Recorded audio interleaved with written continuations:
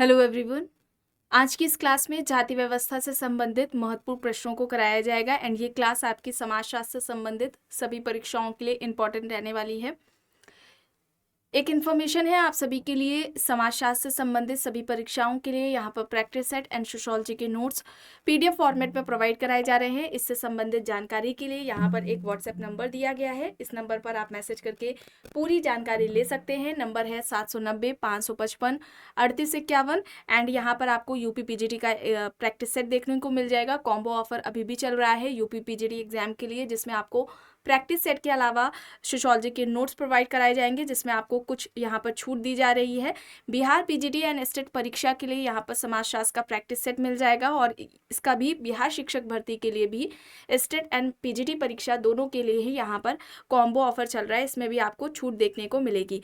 GIC paper की बात की जाए तो यहाँ पर समाजशास्त्र का प्रैक्टिस सेट देखने को मिलेगा। इसके अलावा जीएस का जो फर्स्ट पेपर है उसका भी प्रैक्टिस सेट आपको यहाँ पर मिल जाएगा एंड दोनों ही आपको यानी कि फर्स्ट पेपर जो जीएस का प्रैक्टिस सेट है और साथ में सोशियोलॉजी का प्रैक्टिस सेट, ये आपको कॉम्बो ऑफर में मिल जाएगा। इसके अलावा अगर समाजशास्त्र के नोट्स की बात की जाए तो ये नोट्स सभी परीक्षाओं को ध्यान में रखकर तैयार किए गए हैं। सभी परीक्षाओं के लिए ये इंपॉर्टेंट है। राजस्थान असिस्टेंट प्रोफेसर का सोशियोलॉजी का प्रैक्टिस सेट भी आपको यहाँ पर देखने को मिल जाएगा। इनसे संबंधित कोई भी जानकारी चाहते हैं तो व्हाट्सएप नंबर दिया गया है, इस पर आप मैसेज करके पूरी जानकारी ले सकते हैं। नंबर है 790-555-3851। चलिए, सेकंड ये क्लास है। इससे पहले एक क्लास हुई थी जिसमें 30 प्रश्नों को कराया गया था, यहाँ तक हो गया था। चलिए यहाँ से शुरू करने। देखिए प्रश्न है, निम्न में से कौन सा हट्टन ने अपनी पुस्तक कास्ट इन इंडिया में अनुसूचित जातियों को संकेत करने के लिए प्रयोग किया? दलित जातियां, बहिष्कृत जातियां, अस्पृश्य जातियां और निम्न जातियां यहाँ पर दिया गया है। सही क्या होगा? हट्टन ने अपनी पुस्तक कास्ट इन इंडिया में अनुसूचित जातियों को संकेत करने के लिए किस शब्द का प्रयोग किया था? क्या कहकर उसे पुकारा था? बहिष्कृत जातियां या बाहरी जातियां। ठीक है, याद रखिएगा, बहिष्कृत जातियां या बाहरी जाति या बाहरी जातियां, इस तरह से पूछा जाएगा। तो ये हट्टन ने प्रयोग किया है। इनकी पुस्तक कास्ट इन इंडिया है और इन्होंने जाति के 3 प्रकार बताए थे। ठीक है, जाति के प्रकार इन्होंने 3 बताए हैं। एक तो इन्होंने व्यक्तिगत जीवन से संबंधित बताया है, व्यक्तिगत जीवन से संबंधित। दूसरा यहां पर हो जाएगा जाति समुदाय के लिए कार्य जो है, जाति समुदाय से संबंधित। तीसरा यहां पर समाज व राष्ट्र के लिए। ठीक है, संपूर्ण राष्ट्र के लिए, संपूर्ण राष्ट्र से संबंधित। तो ये 3 कार्य जाति के बताए हैं किसने? हट्टन ने। ठीक है, कास्ट इन इंडिया ये इनकी पुस्तक है और इन्होंने जाति उत्पत्ति का जो सिद्धांत दे रखा है वो आदिम व माना सिद्धांत है। आदिम व माना सिद्धांत है हट्टन के द्वारा जाति उत्पत्ति से संबंधित जो दिया गया है। चलिए अब यहाँ पर देखिए, निम्न में से कौन एक जाति की विशेषता है? बहुपत्नी प्रथा, खुली सामाजिक व्यवस्था, अंतर संबंध, सामाजिक गतिशीलता। जाति की विशेषता पूछा जा रहा है। इनमें से जाति की विशेषता क्या है? अंतर संबंध होगी। ठीक है, खुली सामाजिक और सामाजिक गतिशीलता हमें वर्ग व्यवस्था में देखने को मिलेगी और बहुपत्नी प्रथा तो ये विवाह का स्वरूप है, यहाँ पर अंतर संबंध होगा। ऑप्शन सी यहाँ पर राइट होगा। प्रश्न है, caste in modern India and other essays के लेखक कौन है? Ghurye, S Radhakrishnan, P H Prabhu, M N. Srinivas. यहाँ पर ऑप्शंस हैं caste in modern India and other essays. चलिए बताइए सही यहाँ पर क्या है? यहाँ पर ये किसकी पुस्तक हो जाएगी? एम.एन. श्रीनिवास। ठीक है, एम.एन. श्रीनिवास की ये पुस्तक है caste in modern India and other essays. अब जाति से संबंधित कुछ पुस्तकें देख लेते हैं जिसमें कास्ट के बारे में बात की गई है। ठीक है, तो जो पहली पुस्तक है ये घुरिये की है और घुरिये के द्वारा ही सबसे पहले जाति व्यवस्था का व्यवस्थित अध्ययन किया गया था, जिसका वर्णन उन्होंने अपनी पुस्तक कास्ट, क्लास एंड ऑक्यूपेशन में किया है। कास्ट, क्लास एंड ऑक्यूपेशन में किया है। और एक दूसरी पुस्तक है हट्टन की। ठीक है, हट्टन की कौन सी पुस्तक है? हट्टन की है caste in India. Caste in India किसकी है? हट्टन की पुस्तक है caste in India. Andre Beteille की आंद्रे बित्ती की कौन सी पुस्तक है? Caste class and power, caste class and power, caste class and power किसकी है? आंद्रे बित्ती की है। इसके अलावा अगर बात करें हम केतकर की, तो केतकर की कौन सी पुस्तक है? History of caste in India, history of caste in India, history of caste in India है।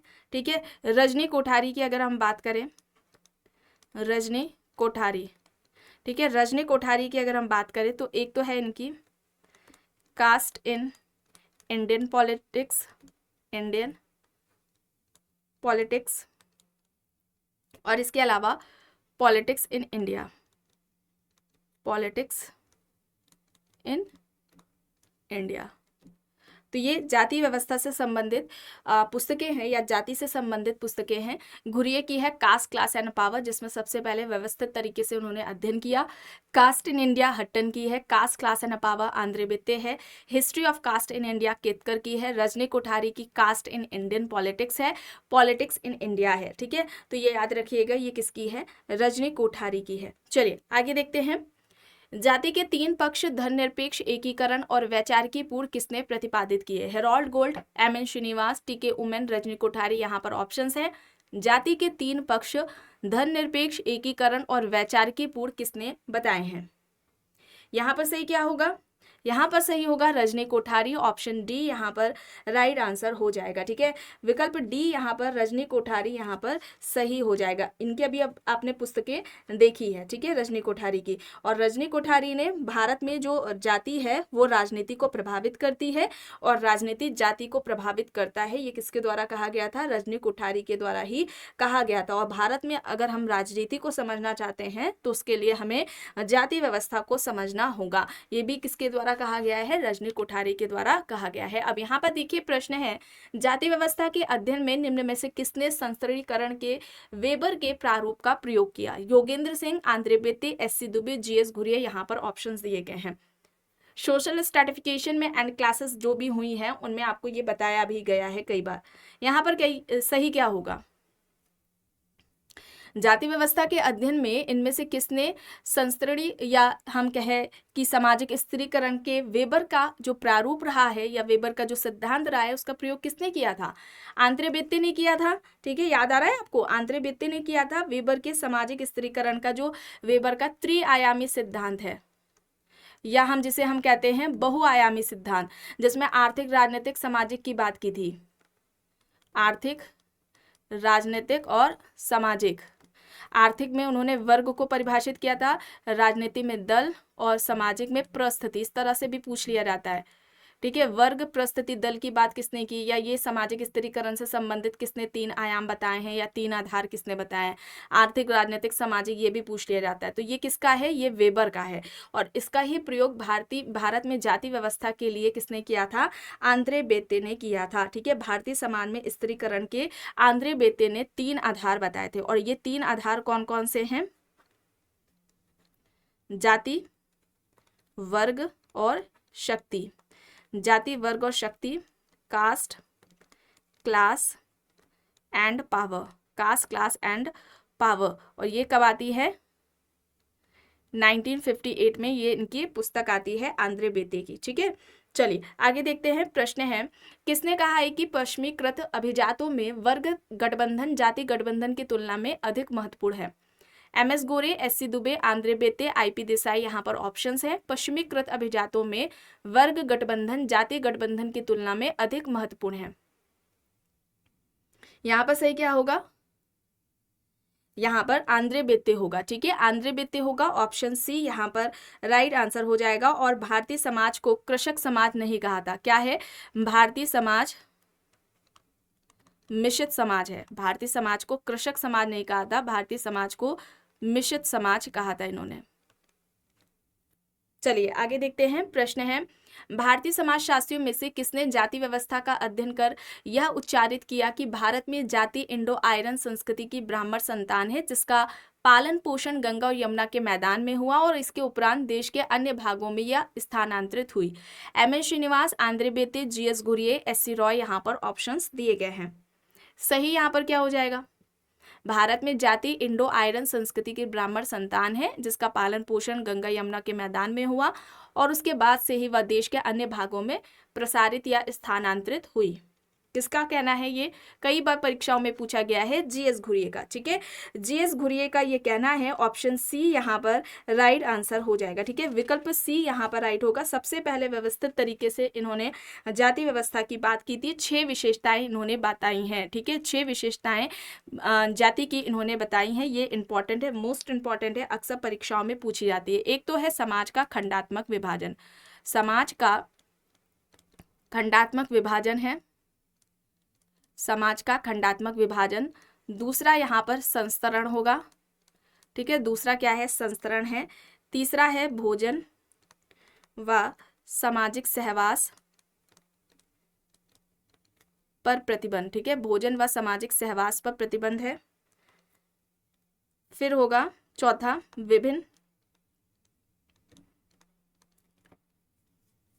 विभिन्न जातियों की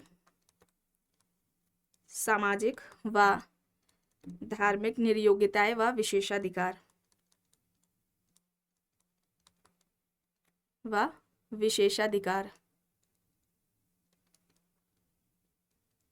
ठीक है, ये हो जाएगा। इसके अलावा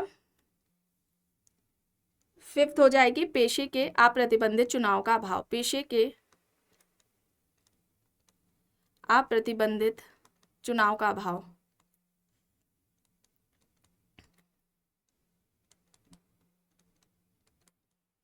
और विवाह संबंधी प्रतिबंध। विवाह संबंधी प्रतिबंध। और विवाह के बारे में इन्होंने एक बात कही है जो कि प्रश्न में पूछी जाती है, विवाह संबंधी प्रतिबंध। इन्होंने जाति व्यवस्था की जो ऋण बताया है वो किसे बताया था? घुरिये ने अंतर विवाह को बताया था। ठीक है, अंतर विवाह को बताया है जाति व्यवस्था की ऋण। इस तरह से पूछा जाता है किसने जाति व्यवस्था की ऋण अंतर विवाह को बताया है, तो ध्यान रखिएगा घुरिये ने बताया। और घुरिये ने ये भी कहा था कि जाति व्यवस्था, घुरिये के साथ हमारे अंबेडकर जी ने ये भी कहा था कि जाति व्यवस्था को खत्म करने के लिए, ठीक है, जाति व्यवस्था को खत्म करने के लिए ज़्यादा से ज़्यादा अंतर जाति विवाह, इंटरकास्ट जो मैरिजेस हैं वो होनी चाहिए। ठीक है, अंतर जाति विवाह ज़्यादा से ज़्यादा होनी चाहिए। तो हम ये जो जाति व्यवस्था है उसमें हम कुछ देख सकते हैं कि इसका जो प्रभाव है या इसकी जो कमी है वो हमें देखने को समाज में मिलेगी, इसका जो प्रभाव है समाज में। अब यहाँ पर देखिए पुस्तक है, या हम जाति व्यवस्था को खत्म कर सकते हैं, अंत कर सकते हैं, इस तरह से इनका स्टेटमेंट दोनों का ही पूछा जाता है। अब यहाँ पर पुस्तक है caste old and new, Yogendra Singh, Andre Beteille, AR Desai, DP Mukherjee, यहाँ पर ऑप्शंस दिए गए हैं। कास्ट ओल्ड एंड न्यू, इस पुस्तक के लेखक कौन है? कास्ट ओल्ड एंड न्यू, ये किसकी हो जाएगी? चलिए बताइए। यहाँ पर योगेंद्र सिंह है, इनके तब तक बुक्स देख लेते हैं आप लोग, तब तक बताइए कास्ट ओल्ड एंड न्यू किसकी पुस्तक है? योगेंद्र सिंह की कुछ इंपॉर्टेंट बुक्स है जो कि अक्सर एग्जाम्स में पूछी जाती है। एक तो है मॉडर्नाइजेशन ऑफ इंडियन ट्रेडिशन।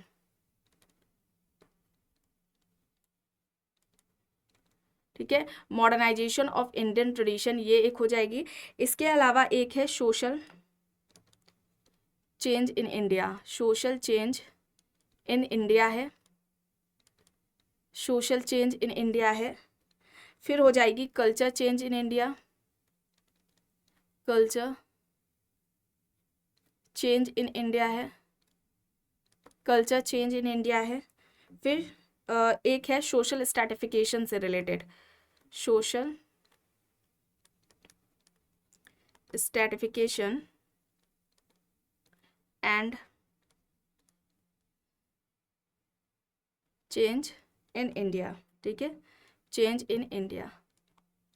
तो ये सारी जो पुस्तकें हैं ये किसकी हैं? योगेंद्र सिंह की है। ये कई बार modernization of Indian tradition, culture change in India या social change in India, social stratification and change in India, ये सभी एग्जाम्स में अक्सर पूछी जाती हैं। यहाँ पर कास्ट ओल्ड एंड न्यू किसकी हो जाएगी? आंद्रे बेते की हो जाएगी। यहाँ पर ऑप्शन बी हो जाएगा सही। प्रश्न है, मैक्स वेबर ने भारतीय जाति की विशेषता बताई है। निर्जाति समूह, एक समुदाय, हिंदुओं का एक संचयन, एक बंद परिस्थिति समूह। वेबर ने जाति को क्या कहा था? भारतीय जाति की विशेषता क्या बताया था? उन्होंने कहा था यह एक बंद परिस्थिति समूह है। ऑप्शन डी यहाँ पर राइट आंसर हो जाएगा। ठीक है, विकल्प डी यहाँ पर राइट आंसर हो जाएगा। मजूमदार ने क्या कहा था? जाति बंद वर्ग है। जाति क्या है? बंद वर्ग है। आगे देखते हैं, प्रश्न है निम्न में से कौन सी जाति व्यवस्था की आवश्यक विशेषता नहीं है? अंतर्विवाह, सोपान, गतिशीलता, पुनर्जन्म में विश्वास। कौन सी नहीं है ये पूछा जा रहा है। तो यहाँ पर गतिशीलता नहीं होगा, बाकी सारे हैं इससे संबंधित, तो ऑप्शन सी यहाँ पर सही हो जाएगा। प्रश्न है प्रबल जाति के बारे में निम्न कथनों में से कौन सा सत्य है?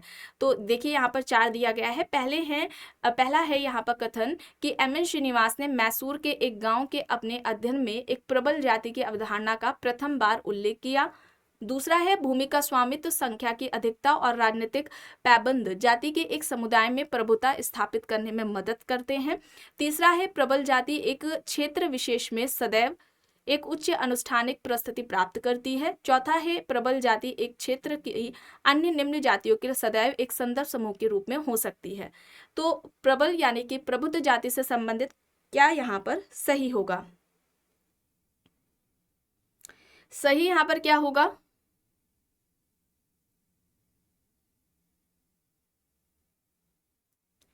देखिए यहाँ पर ऑप्शन सी होगा। ठीक है, विकल्प सी यहाँ पर राइट आंसर हो जाएगा। प्रभुत्व डोमिनेंट कास्ट की बात की जाए तो ये जो कॉन्सेप्ट है एम.एन. श्रीनिवास का है। मैसूर के गांव पर अध्ययन इन्होंने किया था और सबसे पहले ये अवधारणा इनके द्वारा दी गई थी। 3 इसके आधार, लक्षण या विशेषताएं बताई थी। एक तो संख्या में ज़्यादा होनी चाहिए। ठीक है, दूसरा उनके पास भूमि ज़्यादा होनी चाहिए और उस जाति का क्या होना चाहिए, वहाँ पर दबदबा होना चाहिए, डोमिनेंट होना चाहिए। इसके अलावा जो है वह जो प्रभुत्व जाति है वो बाकी की अन्य निम्न जातियों के लिए क्या होती है, वो सदैव एक संदर्भ समूह के रूप में रह सकती है। इसके भी बात इन्होंने की है। लेकिन जो 3 मुख्य विशेषताएं या हम कहे आधार है वो इनके द्वारा ये बताए गए हैं। भूमि का स्वामित्व, संख्या की जनसंख्या मतलब की संख्यात्मक शक्ति और राजनीतिक शक्ति। ठीक है, तो यहाँ पर ऑप्शन सी होगा। और इसकी आलोचना में, ठीक है, इसकी मतलब प्रभु जाति या डोमिनेंट कास्ट की आलोचना में, ठीक है, प्रभु व्यक्ति की अवधारणा किसने दी है? प्रभु व्यक्ति की अवधारणा किसने दी थी? एस.सी. दुबे ने दी थी। याद रखिएगा, एस.सी. दुबे ने दी थी। प्रश्न है निम्न में से एक जाति की विशेषताएं कौन सी है? अंतर्विवाह, बहिर्विवाह, अनुष्ठानिक परिस्थिति, संस्कृति। यहाँ पर ऑप्शंस है। जाति की विशेषताएं कौन सी है इनमें से? यहाँ पर देखिए अंतर्विवाह होगा, अनुष्ठानिक परिस्थिति और संस्कृति होगा। ऑप्शन बी यहाँ पर राइट होगा। प्रश्न है मिलान करना है। पुस्तकें यहाँ पर हैं। Caste in modern India, caste, class and power, homo hierarchies, caste in Indian politics. Caste in Indian politics.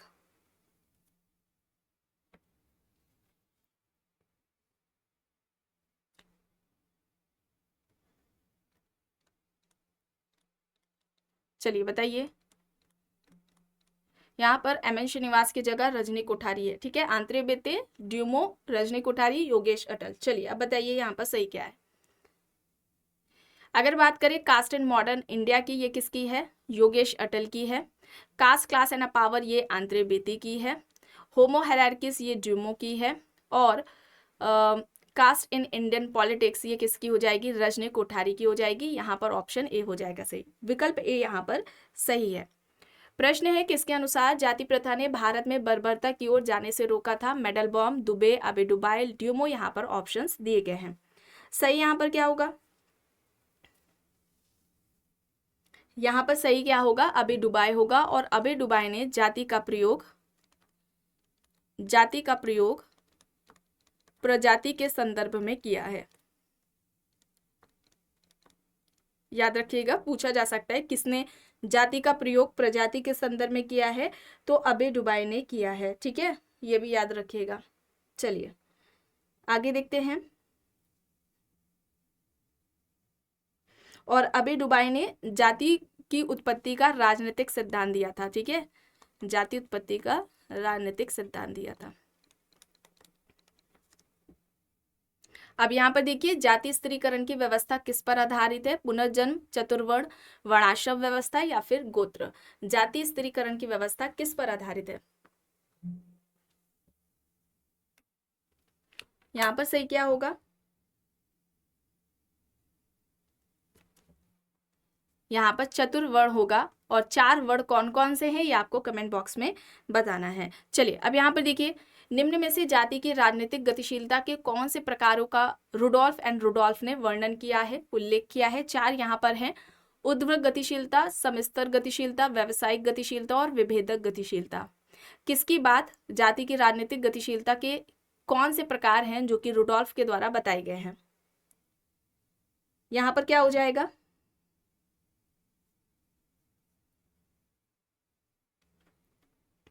यहाँ पर राइट आंसर क्या हो जाएगा, यहाँ पर राइट आंसर ऑप्शन डी हो जाएगा। ऊर्ध्व गतिशीलता, समस्तर गतिशीलता और विभेदक गतिशीलता की बात की गई है। ऑप्शन डी यहाँ पर राइट आंसर हो जाएगा। ठीक है, ऑप्शन डी यहाँ पर सही है। चलिए अब यहाँ पर देखिए, प्रश्न है, एक दलित जाति का व्यक्ति मांसाहारी भोजन खाना छोड़ देता है और अनुष्ठानिक उपासना को अपनाता है। निम्न में से कौन सा इस व्यवहार को सर्वोत्तम रूप से वर्णित करता है। यहाँ पर प्रक्रियाएं दी गई हैं, संस्कृतिकरण, पर संस्कृति ग्रहण या फिर समाजीकरण। बताइए, दलित जाति का व्यक्ति है, मांसाहारी भोजन खाना छोड़ देता है और अनुष्ठानिक उपासना को अपनाता है। निम्न में से कौन सा इस व्यवहार को सबसे अच्छे तरीके से वर्णित कर रहा है। इसे हम क्या कहेंगे, संस्कृतिकरण कहेंगे, संस्कृताइजेशन कहेंगे। ये किसकी अवधारणा है, एम.एन. श्रीनिवास की अवधारणा है। ठीक है, एम.एन. श्रीनिवास ने ये अवधारणा दी थी संस्कृतिकरण में। देखिए संस्कृतिकरण किससे संबंधित है, जाति गतिशीलता से। याद रखिएगा, जाति गतिशीलता इसमें देखने को हमें मिलती है इस प्रक्रिया में। इसके अलावा ये पद में परिवर्तन की बात करती है। ठीक है, पद में परिवर्तन है, संरचनात्मक परिवर्तन नहीं होता है इसमें, ये याद रखिएगा। ऑप्शंस में दिया होता है संरचनात्मक परिवर्तन नहीं है। संस्कृतिकरण में संरचनात्मक परिवर्तन हमें नहीं देखने को मिलता है, ये पद में परिवर्तन है व्यक्ति की, और जाति गतिशीलता इसमें देखने को हमें मिलती है। और ये जो कॉन्सेप्ट है ये किसका है, एम.एन. श्रीनिवास का कॉन्सेप्ट है। ठीक है, एम.एन. श्रीनिवास का कॉन्सेप्ट है, किस पुस्तक में दिया गया है, तो religion and society among the Coorgs of South India. ठीक है, ये इनकी बुक है, 1952 में आती है। इसी पुस्तक पे इन्होंने संस्कृतिकरण का कॉन्सेप्ट दिया है। कुर्ग पर अध्ययन इनका रहा है, दक्षिण भारत के कुर्ग पर। ठीक है, अध्ययन करके इन्होंने संस्कृतिकरण का कॉन्सेप्ट दिया हुआ था। चलिए अब यहाँ पर देखिए, निम्न में से कौन एक जातियों के बीच संरचनात्मक दूरी बनाए रखने में सहायता करता है। आर्थिक परिस्थिति, राजनीतिक शक्ति, भूस्वामित्व, शुचिता और प्रदूषण यहाँ पर ऑप्शंस हैं। जातियों के बीच संरचनात्मक दूरी बनाए रखने में इनमें से कौन सहायता करता है।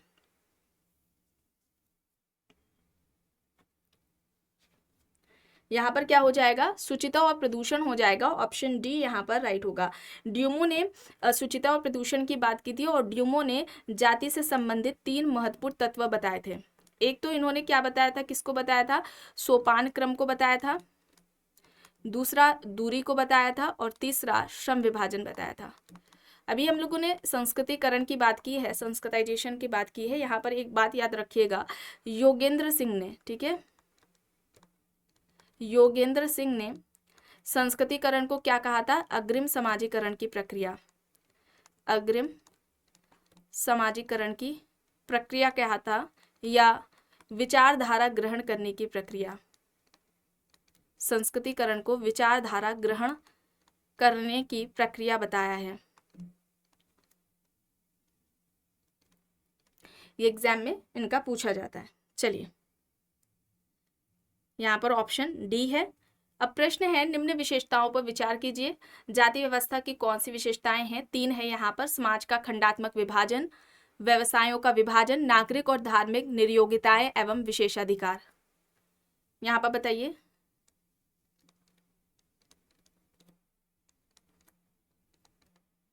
ठीक है, ऐसे नहीं समझ में आ रहा होगा, स्पेस नहीं रहा है इसमें। चलिए बताइए। ऑप्शन ए में फर्स्ट, सेकंड एंड थर्ड है, बी में फर्स्ट सेकंड है, सी में सेकंड एंड थर्ड है, एंड डी में यहाँ पर फर्स्ट एंड थर्ड है। जाति व्यवस्था की विशेषता कौन सी है, समाज का खंडात्मक विभाजन और नागरिक और धार्मिक निर्योग्यताएं विशेषाधिकार। और ये विशेषताएं किसने बताई हैं?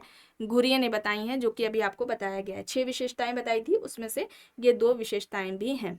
चलिए अब यहाँ पर देखिए, एक जाति प्रबल तब बनती है जब वह अन्य पर प्रधानता प्राप्त करके संख्या के साथ साथ उनमें क्या देखने को मिलेगा, क्या होना चाहिए? आर्थिक व राजनीतिक शक्ति, सामाजिक व धार्मिक शक्ति, धार्मिक एवं आर्थिक शक्ति, राजनीतिक एवं सामाजिक शक्ति। जाति प्रबल, यहाँ पर प्रभुत्व जाति डोमिनेंट कास्ट की बात हो रही है। किसने दी है? श्रीनिवास ने दी है। संख्या के साथ साथ उसके पास कौन सी शक्तियां होनी चाहिए? उस जाति के पास आर्थिक और राजनीतिक शक्ति, वो संख्या में जाति ज्यादा होनी चाहिए, उसके पास भूमि ज्यादा होनी चाहिए और उस जाति का दबदबा वहां पर होना चाहिए। यहाँ पर ऑप्शन क्या हो जाएगा? ए यहाँ पर राइट होगा। और ये 3 आधार इन्होंने श्रीनिवास ने बताए थे। ठीक है, चलिए आगे यहाँ पर देखिए, निम्न विशेषताओं पर विचार करना है जो कि जाति व्यवस्था से संबंधित यहाँ पर पूछी गई हैं। पित्त सत्तात्मक अंतर्विवाह, सोपान और समानता। जाति व्यवस्था से हैं।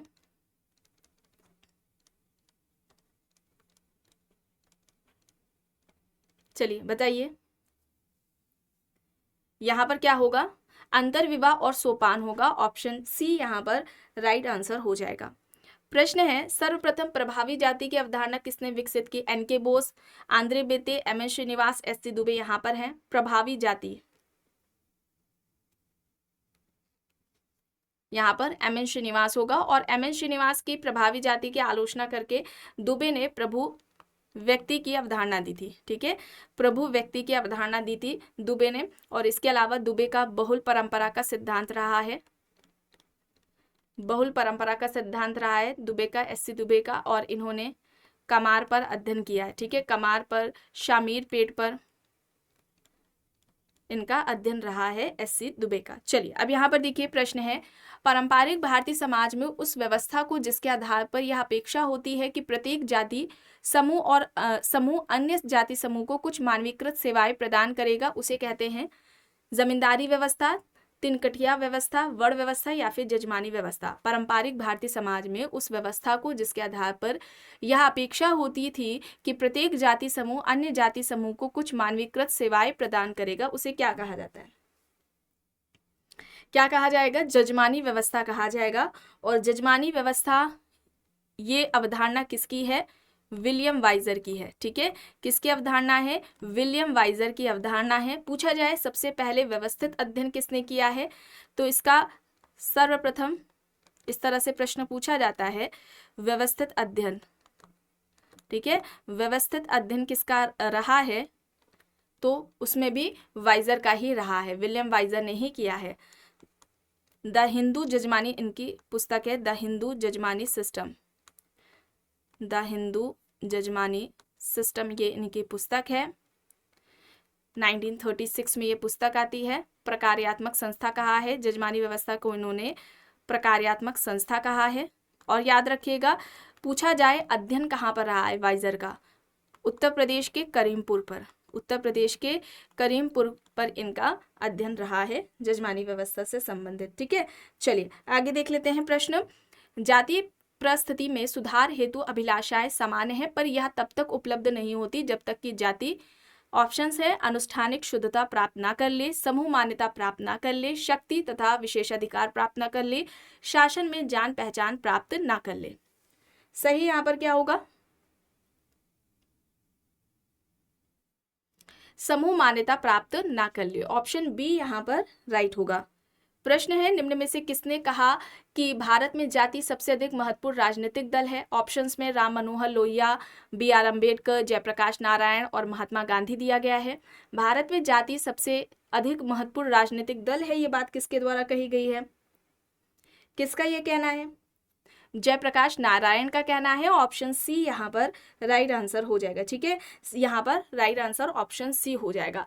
अगर हम बात करें अनुसूचित जाति से संबंधित, ठीक है, अनुसूचित जाति से संबंधित यहाँ पर ऑप्शंस, चूंकि अम्बेडकर भी है, गांधी जी हैं, तो एक याद बात आ रहा है अनुसूचित, ये एग्जाम में आपको आपके पूछा जाता है अनुसूचित जाति। सबसे पहले इसका प्रयोग किसने किया? एक तो ये प्रश्न पूछा जाता है, तो ध्यान रखिएगा साइमन कमीशन ने किया था। ठीक है, साइमन कमीशन ने किया था सबसे पहले जाति अनुसूचित जाति का प्रयोग। कब किया था? तो 1927 में किया था, ये भी याद रखिएगा। इसके अलावा भारत सरकार अधिनियम या भारतीय सरकार अधिनियम 1935, ठीक है, भारतीय सरकार अधिनियम 1935 1935 में एक लिस्ट तैयार की गई थी जिसमें 429 अनुसूचित जातियों को शामिल किया गया था। ठीक है, 400 अनुसूचित जनजातियों को इसमें इस लिस्ट में शामिल किया गया था कि वे अनुसूचित जातियां हैं। ठीक है, कितनी थी जातियां ये पूछा जाता है, 429। ठीक है, ये याद रखिएगा, तो ये इंपॉर्टेंट है। इसके अलावा अनुसूचित जाति को, ठीक है, अनुसूचित जाति को अगर हम कहें किसने किस नामों से पुकारा है, ठीक है, अनुसूचित जाति को विभिन्न अलग अलग विद्वानों ने किस नाम से पुकारा है। तो अगर हम बात करें दलित जाति या वर्ग की, दलित जाति या वर्ग, ये किसने कहा था?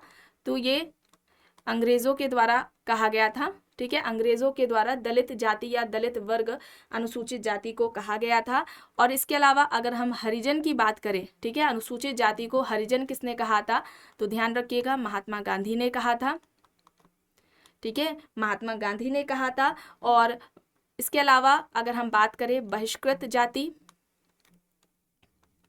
या अगर हम बात करें बाहरी जाति, ठीक है, बहिष्कृत जाति या बाहरी जाति, तो ये किसने कहा था? हट्टन ने। ठीक है, हट्टन ने कहा था। और भग्न पुरुष या भग्न जाति, भग्न पुरुष या भग्न जाति, ये किसने प्रयोग किया है? तो ये अंबेडकर ने किया था। ये इंपॉर्टेंट है, पूछा जाता है ज्यादातर। ये हरिजन के द्वारा किसने किया है? हरिजन शब्द का प्रयोग। और बहिष्कृत जाति ये हट्टन का है। ठीक है, गांधी और हट्टन का पूछा गया है परीक्षाओं में, लेकिन इनका भी याद रखिएगा, पूछा जा सकता है। ठीक है, इस तरह से भी प्रश्न पूछे जाते हैं। चलिए आगे यहाँ पर देख लेते हैं, जाति व्यवस्था का आधार क्या है? धर्म, कर्म, जन्म, सामाजिक संगठन। जाति व्यवस्था का आधार क्या है? क्या है? जन्म है। और जाति कैसी है? प्रदत्त परिस्थिति है। जाति कैसी है? प्रदत्त परिस्थिति में ये आएगा। चलिए आगे देखते हैं।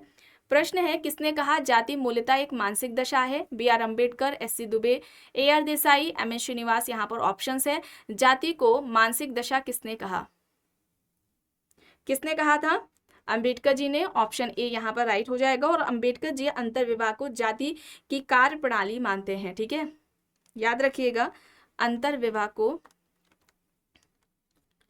जाति की कार्य प्रणाली किसने माना है? अंबेडकर ने माना है। ठीक है, और जाति व्यवस्था को खत्म करने के लिए इंटरकास्ट मैरिज की बात करते हैं, अंतरजाति विवाह की बात करते हैं। चलिए आगे देखिए। प्रश्न है, निम्न में से किसने भारतीय समाज को जाति समाज के रूप में समझा? बी आर अम्बेडकर, ल्यूडियोमो, आंद्रे बेते, डीपी मुखर्जी। यहाँ पर ऑप्शंस दिए गए हैं। भारतीय समाज जाति समाज के रूप में किसने समझा? भारतीय समाज को जाति समाज के रूप में किसने समझा, या भारतीय समाज जाति समाज है, ये किसने कहा था?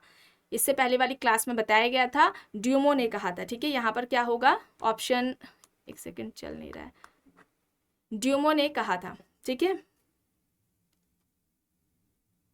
यहाँ पर ऑप्शन बी होगा। चलिए अब यहाँ पर देख लीजिए। प्रश्न है, जीएस घुरिये ने जाति की 6 विशेषताएं दी हैं, उनके अनुसार निम्न में से कौन सी सही विशेषता है? विशेषताओं से संबंधित प्रश्न पूछे जाते हैं कि कौन सी विशेषताएं घुरिये द्वारा बताई गई हैं या कौन सी विशेषता नहीं बताई गई है। यहाँ पर देखिए दिया गया है समाज का खंडात्मक विभाजन, वंश परंपरागत व्यवसाय, प्रतिबंधित गतिशीलता और छुआछूत। चलिए यहाँ पर कर लेते हैं ड्यूमो। ऑप्शन बी यहाँ पर सही है। अब यहाँ पर देखिए कौन सी विशेषताएं बताई गई थी घुरिये के द्वारा जाति से संबंधित? समाज का खंडात्मक विभाजन, इसकी बात की थी इन्होंने। ऑप्शन ए यहाँ पर राइट होगा। चलिए अब आखिरी प्रश्न देख लेते हैं।